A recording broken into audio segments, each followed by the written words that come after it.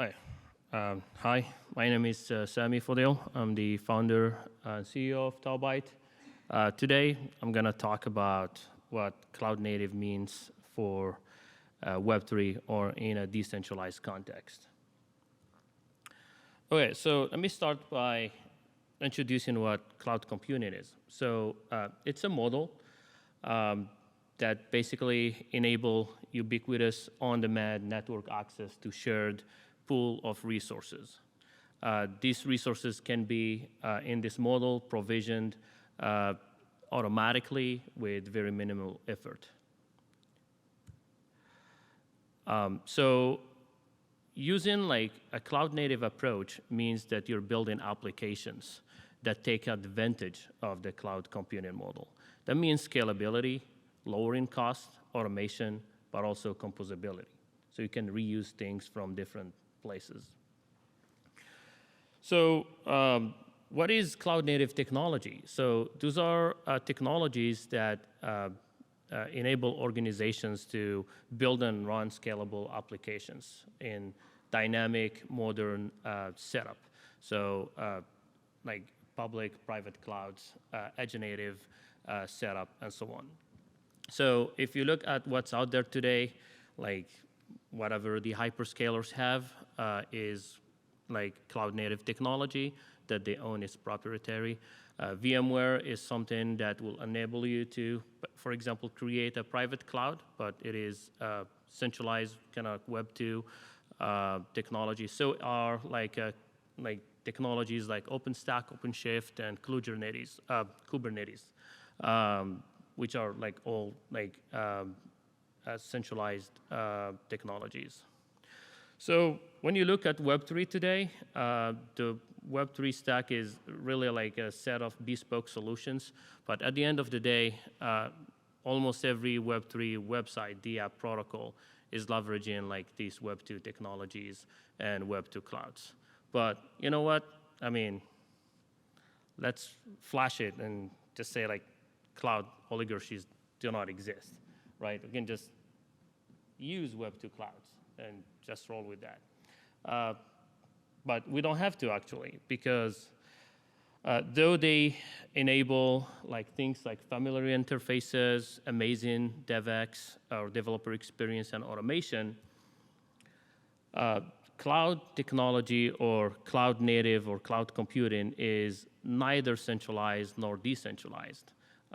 Quoting here Paul Matris from VMware, who says like, cloud is about how you do computing, not where you do computing. Like when you look out there, there is over like 1 billion internet-facing servers, and most of them are not used. And the hyperscalers use less than 1%, which means there are a lot of capacity out there. The only thing that we need is really a decentralized implementation of cloud computing. So the only moat that the hyperscalers have and how they're maintaining that oligarchy, and the only thing that's really like pulling Web3 and keeping it like slowing it down and keeping it like centralized is technology. How do we do this implementation? So basically, two basic like concepts here. So peer-to-peer network, and like we can use, for example, IPFS, libp2p, stuff like that, and then implementing cloud features as protocols. So, for example, CI/CD is not going to be like a centralized entity doing that in the network, but rather a protocol that the network provides and will determine who builds, for example, a specific asset, build the asset, verify the asset, and so on. So that will enable constellations of interoperable decentralized cloud computing networks. Now, some very important concepts that these clouds should be built on top, or a decentralized cloud computing platform should be built on top. So number one, it should be GitOps only, meaning like the only way to interact with the cloud or to change the status of the cloud is through Git, right? So once like source of truth that is verifiable and auditable, that is the one that can change the stages of the network. Serverless. So, I mean, it can be more than serverless, but serverless simplifies the implementation. Obviously, like a decentralized cloud computing platform can also do containers and VM and so on, but I'm focusing here on serverless because it's just way, way simpler to implement. So serverless would enable similar features as content addressing. So for example, if our function is a CID, and I'll go through that in a second here, like now the function is in the network. It's not pinned to a specific location, a specific server, or a specific node. One more thing that I'm gonna like mention here is ops can be serverless too, right? So that's kind of like a concept that we came up with at Taubyte. So we call that smart ops, and basically it enables ops to be decentralized. So nodes can make their own decisions. Decisions can be made at runtime, and could be things like, do you have a 5G slice? Let's say it's a 5G network. Do you have a 5G slice? Provision the 5G slice before you provision the storage, before you provision the function, and so on. So it makes it 5G native too. It could be like something like, hey, do you have the CID? If you're not the node storing that specific CID, you're not gonna run the compute, right? So the compute could be dynamically moved to the node that has the data, so the data is not moved around.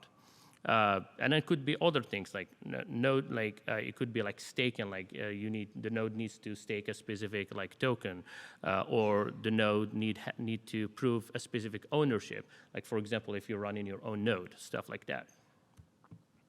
And then WebAssembly. I mean, everybody talked about WebAssembly today, so it's cool, it's awesome.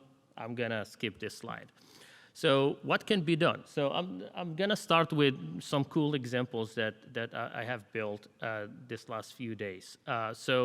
Interplanetary scale IPFS gateway in a few lines of code. So this is 40 lines of code, and it implements an actual IPFS gateway. So you don't need a team of DevOps to maintain that. It's gonna scale across the whole network dynamically.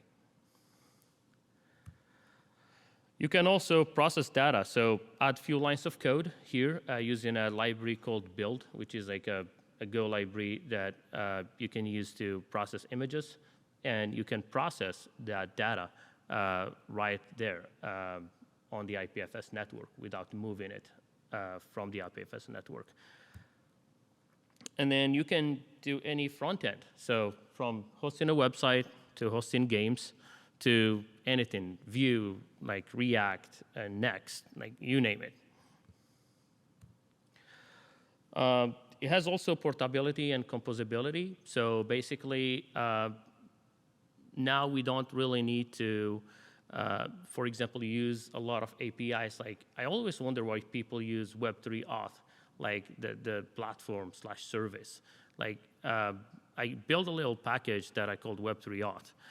In purpose. So basically you can implement your own Web3 auth, just reusing that in a D function, right? And it's your own process. You generate your own JWT token if you want to do that, and then the JWT token can be used throughout like your application without verifying the wallet and kind of like bothering the user again and again. And then you can do also all sort of integrations. So for example, the other example here is lit protocol, and we basically just recompiled their Rust module into WebAssembly, and it's being loaded in the runtime. And then there is what we call inter-module communication happening between the main module of the D function and that, and kind of like doing what lit protocol is supposed to do. Like my point here is us doing this was very little code being ported. Like we basically just added a few things, compiled it to WebAssembly, and that's it. It beats Web 2. So you might think this is slow, but we benchmark it compared to AWS Lambda, and it's actually way, way faster. So how did we build it? So this is very high level. So on the bottom of it, so it's the decentralization layer. So you have that peer-to-peer network. And then we have these cloud features implemented in a decentralized way or implemented as protocols.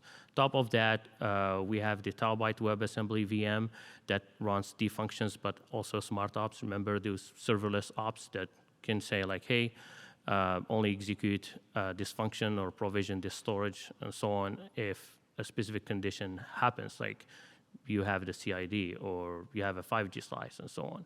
And on top of that, we have tools like that provide an amazing Web3 cloud native experience to the user and kind of like insisting on that cloud native experience. And on the left side, we have tools so anybody with very little kind of Linux experience can deploy a network or join a network. Focusing on the TVM, so if you look at what's out there in WebAssembly, we probably have the most featureful like WebAssembly experience. You can do HTTP, DNS, IPFS. You can communicate with any Ethereum compatible network or EVM, and then you can leverage any other resources that a Taubyte network can provide, from PubSub to storage, key value store, and so on. Taubyte is not a network or a service provider. Is more like a software or a Web3 OpenShift or Kubernetes. I hate Kubernetes. It's awful. But I mean, just to make it easy to compare. So from a developer perspective, with developer tools, you can connect and leverage multiple networks and deploy to these networks. At the same time, just pushing your code to GitHub or whatever Git repo you have. And then networks will leverage multiple providers, single or multiple providers. Networks will add their tokenomics or billing system. They might also add like specific protocols and features like AI or FPGA, GPU, and so on. And then providers will use the tools that we have to like create and join networks in a very easy way. Let's look at this, how a simple HTTP function works on Taubyte. So I have like Go and Rust, so we support Go and Rust. I like Go better, but we do support Rust for like the ones that like Rust. So this is a very simple function. You hit it, it replies with Pong. So how does it happen? What happens really in the network when that trigger happens? So when you type in like example.com/ping in your browser, it does a DNS request first, or a DNS resolution. So instead of going to a Route 53 or a centralized static service, it goes to a node that's running a SEER protocol, or a protocol we call SEER, that will translate what's available in the network as capacity to DNS. So that node will have a number of IP addresses that it can hit. So it will reach out to one of these IP addresses, ask for /ping, and the node will reply with Pong. But more things happen actually under the hood or on the network side. So when that node gets that request, it doesn't really know what example.com/ping is. So it has to resolve that against Taubyte name system. So again, I say like, hey, what nodes implement this protocol? And I say like, hey, can you resolve that? So TNS will reply with a definition of the function. So for example, time to live, and other parameters, but also the CID of the WASM module. So now the node knows that it is only missing the WASM module CID. It will grab it from other nodes or nodes that implement a protocol we call Hoarder, which basically is a more cloud native or a cloud native way to do pinning. Right, so basically, Hoarder protocol allows you to specify a number of replicas and stuff like that in a cloud-native way, rather than you pinning each CID by itself. So the TVM will load the module and its dependencies. Dependency could be other CIDs. They could also be, in HTTP or anywhere else, and then execute the code, which will return Pong. And in the example I showed before, like all of that happened like in that function, like returning an image or like even like a website will work the same thing because the website is also a CID. So we built some nice tools around. So Web Console, which is like basically a D app, like you will clone your repos in the browser, and then you're just gonna work on your repos there. And then when you push, it will push to GitHub or your Git repo, and that will trigger jobs on the network that will change the status of the network. CLI, so if you're like, oh, I want to use the CLI instead of Web Console, Tau can do everything that Web Console can do. You want to build locally before pushing, Dreamland. So you just run Dreamland, Dream New Multiverse. It will start a network for you or multiple networks, and then you can push to these networks, test everything locally. Once you're satisfied, you can push that to production. And then if you're a service provider or you want to create your own network, join a network, it's super easy. Like we developed this tool called Sport Drive. And actually Taubyte is one binary called Odo that can implement whatever protocols you tell it to implement or to run. So you can also deploy it using other means. But Sport Drive make it so easy. So we'll connect to all the nodes that you want to have in the network using SSH and then push these and set them up as systemd services and run them. So you can deploy like hundreds of nodes in a few minutes and create a network or join a network with Sport Drive. And this is like a screenshot of the process. So we have a number of examples that we've built out there. So these are like end-to-end applications that you can build, in a few minutes. Just because the developer experience is amazing and it's cloud native. So Sport.2 is a URL shortener. C3 is a chat that leverages a decentralized key value store, PubSub, and other resources that are available on Taubyte-based networks. We have two awesome SDKs, Go and Rust. We actually do have assembly script, but it doesn't have much, so don't even look at it, please. And then documentation is on tau.how. So what are the use cases, right? Cool, decentralized cloud computing, that's amazing. What are the use cases? So the first use case is to build truly decentralized applications and protocols.